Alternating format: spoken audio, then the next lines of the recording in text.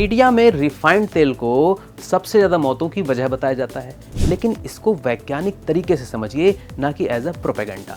Refined तेल मौतों की वजह नहीं है। रिफाइंड तेल का एक्सेस यूज, ज़्यादा यूज, आपकी सुस्त जीवन शैली और टेंशन, यह है मौतों की असली वजह। किसी भी चीज़ के कच्चे तेल को पहले निकाल कर रिफाइन किया जाता है, प्रोसेसिंग किया जाता है, और फिर जो तेल तैयार होता है उसे रिफाइंड तेल कहते हैं।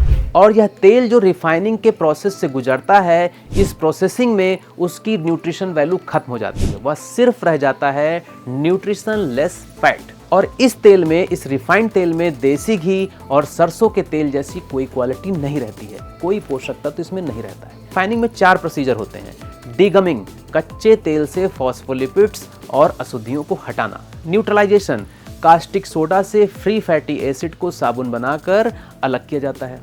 ब्लीचिंग, क्ले की मदद से तेल का मटमैला रंग, ऑक्सीडेशन प्रोडक्ट्स और अवशेष हटाए जाते हैं। डिओड्राइजेशन, बहुत ही ऊंचे तापमान पर भाप से, मतलब स्टीम से तेल की गंध और स्वाद हटाया जाता है। यह चरण ऐसा चरण है, इसमें ट्रांस फैट भी बनता है तेल को गर्म करने की वजह से। और जब किचन में यही तेल आप बार बार गर्म करते हैं, रीहीटिंग करते हैं, रीयूज करते हैं अपने घरों में या होटल इंडस्ट्री में, रेस्टोरेंट में, तो फिर यह तेल और भी ज़्यादा खतरनाक हो जाता है। क्योंकि तेल जब बार बार गर्म किया जाता है तो उसमें ट्रांस फैट बढ़ता है, फ्री रेडिकल्स बढ़ते हैं, जहरीले रसायन बनते हैं, तेल के पोषक तत्व नष्ट हो जाते हैं।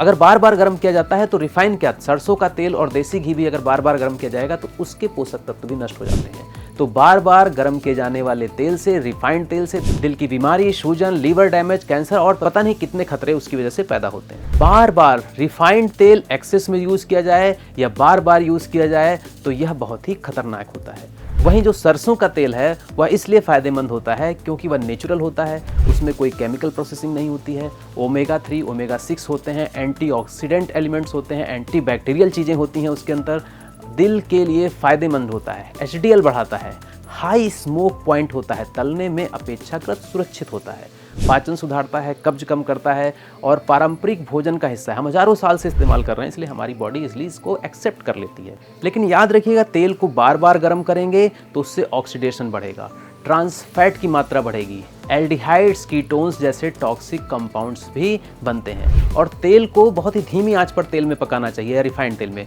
तेज आंच पर, या बहुत ज़्यादा चीज़ों को खरा नहीं करना चाहिए, बहुत ज़्यादा नहीं पकाना चाहिए। यहीं पर अगर मैं शुद्ध देसी घी के फायदे की बात करूं तो उसमें भी सरसों के तेल जैसी क्वालिटीज़ होती हैं। उसके अलावा short chain, medium chain fatty acids भी होते हैं, विटामिन A, D, E के भी होते हैं। नेचुरल सोर्स है विटामिन D का, E का, K का, A का। आंतों की इम्यूनिटी बढ़ाता है, दिमाग के लिए ठीक है, हार्मोनल बैलेंस के लिए ठीक है, दिल के लिए भी अच्छा है। और आयुर्वेद में तो घी को स्मृति और अग्नि वर्धक बताया गया है, देसी घी को। तो याद रखिए, रिफाइंड हानिकारक नहीं है, रिफाइंड का एक्सेस यूज हानिकारक है, और बार बार यूज होने वाला रिफाइंड तो और भी ज़्यादा हानिकारक है।